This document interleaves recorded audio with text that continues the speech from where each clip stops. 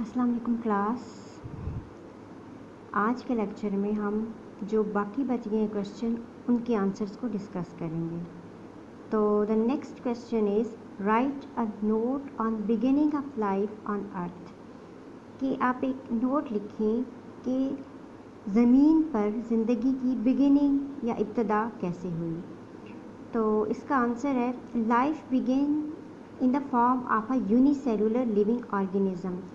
Uni cellular means کہ وہ living being یا وہ جاندار جو کہ ایک سیل پر مشتمل ہوتا ہے.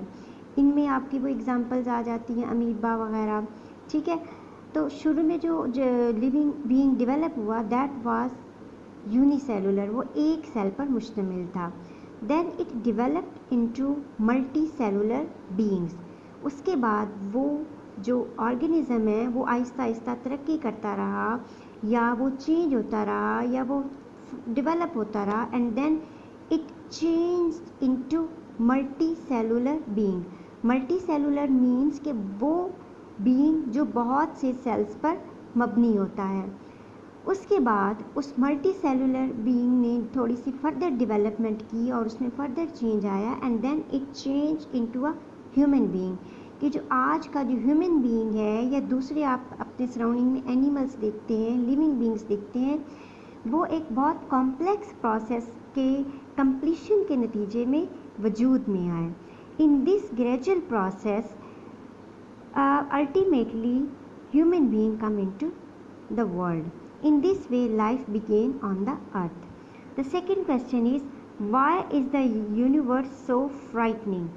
Frightening means ڈرانے والی. کہ ہم جب یونیورس کے بارے میں سوچتے ہیں تو why we feel a fair. تو اس کا آنسر ہے the universe seems to be frightening. کہ دنیا خوف زدہ کر دینے والی دکھتی ہے because it is very vast. کہ اس کے بہت بڑے ہونے کی فیلنگس کی وجہ سے ہمارے دل میں ایک خوف کا احساس آ جاتا ہے کہ ہم محسوس کرتے ہیں کہ ہم اکیلے ہیں. All planets and stars are very distant from one another. یہ سارے پلانٹس اور سٹارز ایک دوسرے سے بہت دور ہیں. پلانٹس دور ہیں ایک دوسرے سے، لیکن سٹارز تو ایک دوسرے سے بہت زیادہ دور ہیں اور ان کا جو ڈسٹینس ہے وہ بلین ایئرس میں ماپا جا سکتا ہے یا لائٹ ایئرس میں ماپا جا سکتا ہے. Moreover, life does not exist anywhere else except the earth. اور اس کے علاوہ ایک یہ بھی ریئلٹی ہے so far as our knowledge is concern کہ ہم نے یہ فائنڈ آؤٹ کیا ہے کہ زمین کے علاوہ لائف کہیں اور ایگزسٹ نہیں کرتی، کہیں اور لائف موجود نہیں ہے. All these factors make universe frightening. کہ یہ جو سارے ریزنز ہیں، یہ جو فیکٹرز ہیں، یہ جو اسباب ہیں، یہ یونیورس کو ہمارے لیے اور زیادہ فرائٹننگ یا ڈرانے والا محسوس کرواتے ہیں. تو نیکسٹ کویشچن ہے what should be the conditions necessary for the kind of life we know to exist on other heavenly bodies. کہ کون سے حالات یا کون سی سچویشن چاہیے جس پر دنیا یا لائف ایگزسٹ کر سکے، وجود پا سکے، اور کیا یہ حالات دوسری ہیونلی باڈیز مینس کہ اسٹارس اینڈ پلانٹس پر وجود پذیر ہیں کہ نہیں ہیں.